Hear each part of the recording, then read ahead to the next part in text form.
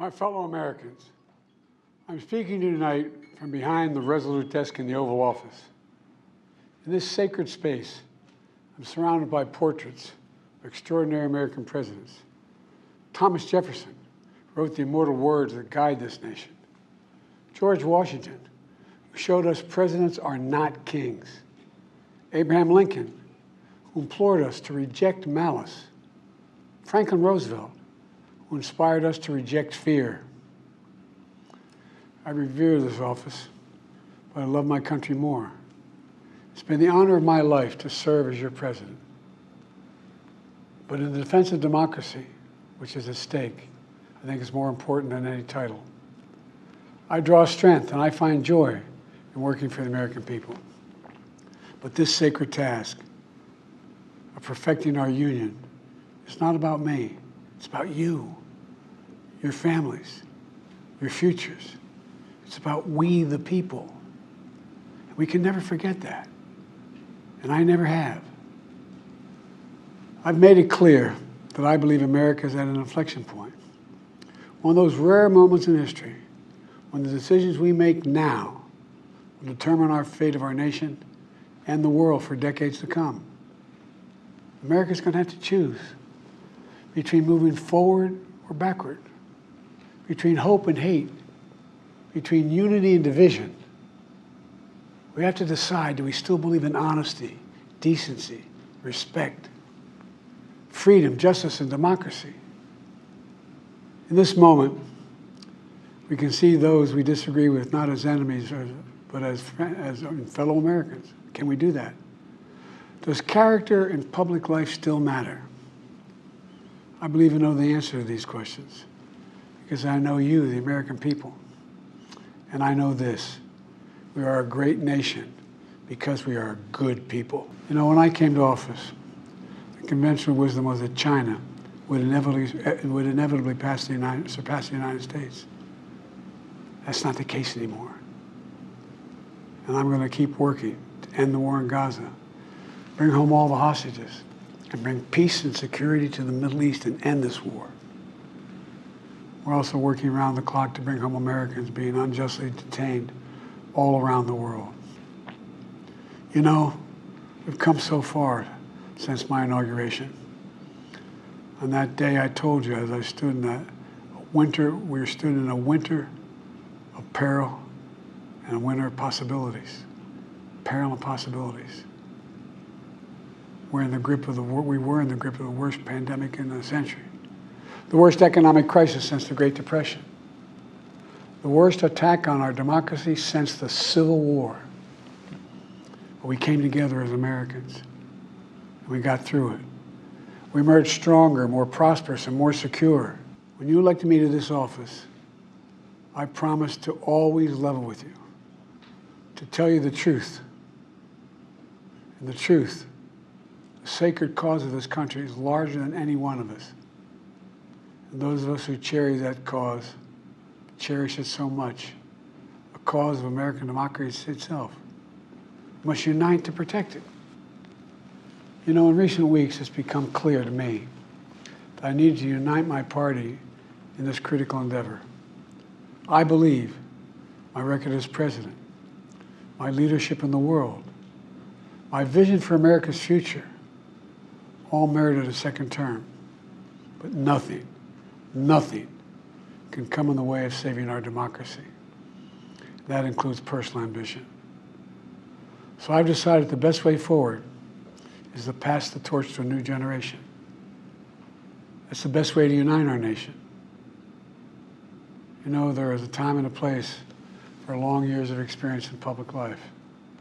But there's also a time and a place for new voices, fresh voices, yes, younger voices. And that time and place is now. Over the next 6 months, I'll be focused on doing my job as president. That means I'll continue to lower costs for hardworking families, grow our economy. I'll keep defending our personal freedoms and our civil rights, from the right to vote to the right to choose. I'll keep calling out hate and extremism. Make it clear there is no place in America for political violence or any violence ever, period. And I'm going to keep speaking out to protect our kids from gun violence, our planet from climate crisis that is the existential threat. And I will keep fighting for my cancer moonshot so we can end cancer as we know it, because we can do it. And I'm going to call for Supreme Court reform because this is critical to our democracy, Supreme Court reform. You know, I will keep working to ensure America remains strong and secure and the leader of the free world.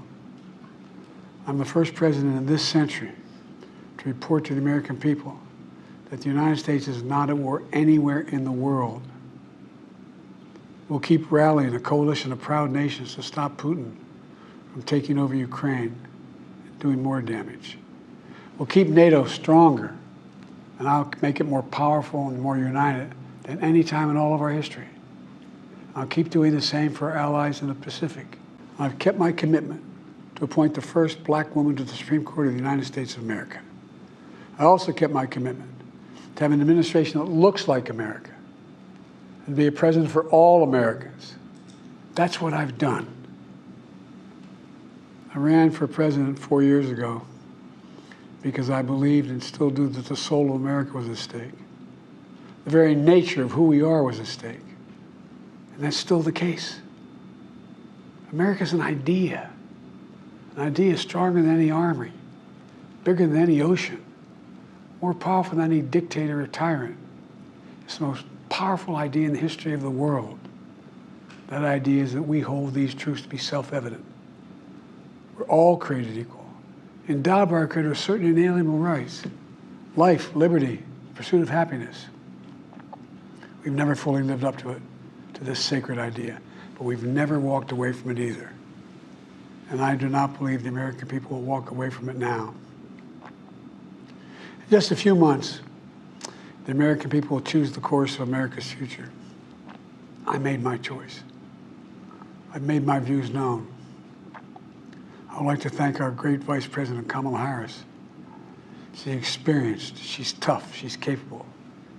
She's been an incredible partner to me and a leader for our country. Now the choice is up to you, the American people. When you make that choice, remember the words of Benjamin Franklin hanging on my wall here in the Oval Office, alongside the busts of Dr. King and Rosa Parks and Cesar Chavez. When Ben Franklin was asked, as he emerged from the convention going on, whether the founders have given America a monarchy or republic, Franklin's response was, a republic, if you can keep it. A republic, if you can keep it. Whether we keep our republic is now in your hands. My fellow Americans, it's been the privilege of my life to serve this nation for over 50 years. Nowhere else on earth could a kid with a stutter, from modest beginnings in Scranton, Pennsylvania, and Claymont, Delaware, one day sit behind the resolute desk in the Oval Office as President of the United States. But here I am. That's what's so special about America. We're a nation of promise and possibilities, of dreamers and doers, of ordinary Americans doing extraordinary things. I've given my heart and my soul to our nation, like so many others. I've been blessed a million times in return with the love and support of the American people. I hope you have some idea how grateful I am to all of you. The great thing about America is here, kings and dictators do not rule, the people do. History is in your hands. The power is in your hands. The idea of America lies in your hands. We just have to keep faith, keep the faith, and remember who we are. We're the United States of America, and there's simply nothing beyond our capacity when we do it together. So let's act together, preserve our democracy. God bless you all, and may God protect our troops. Thank you.